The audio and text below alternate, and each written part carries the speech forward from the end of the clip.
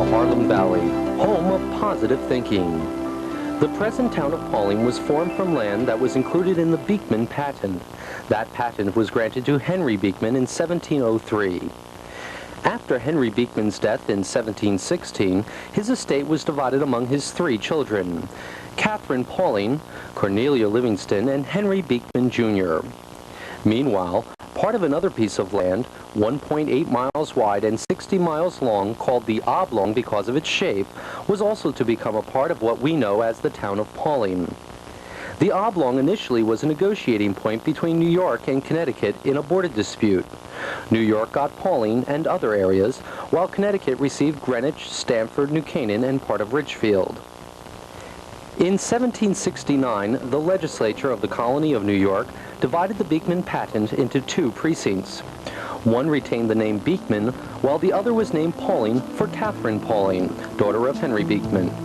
On March 7, 1788, the New York State Legislature passed a law stating, "All that part of the said county of Dutchess, bounded southerly by Southeast Town and Frederickstown, westerly by Beekman, northerly by the north bounds of the patent granted to Colonel Henry Beekman, continued to Connecticut, shall be and hereby erected into a town by the name of Pawling." Pawling, a small but vibrant town, was to become a serene getaway for the upper class. A farming town. A place to trap. A town where residents made carriages, milled.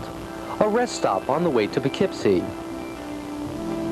Pawling has grown, yet stayed the same in its 200-year history. From the Revolutionary War until its 200th birthday, Pawling has always been rich in heritage and beautiful in its landscape.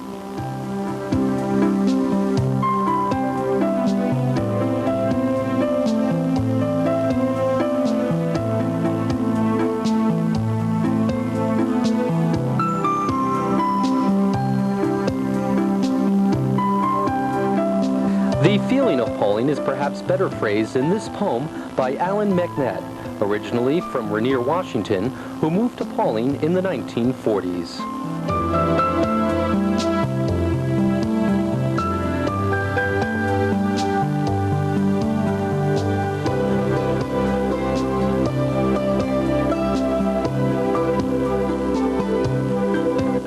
We call it the West Mountain, though you might say it's just the highest hill in sight. There was a time it had another name. Mount Tom it was, for a family that came and built a farm upon the very crest, about as cozy as an eagle's nest. In 1776, the story goes, when all the land was hot with words and blows, Tom left his tribe to answer war's alarm, just tired perhaps of working such a farm. His wife and children stayed behind to till the rocky, thankless summit of the hill. With such help given them as neighbors may, who lived some long, rough downhill miles away, not out of patriotic zeal.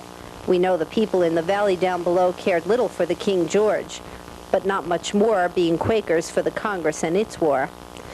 When winter came, blizzard and cold outclassed the memories of the oldest, till at last the Carries and the Slocums raised their eyes to where the mountain bulged with heavy skies, and wondered how the Toms were making do.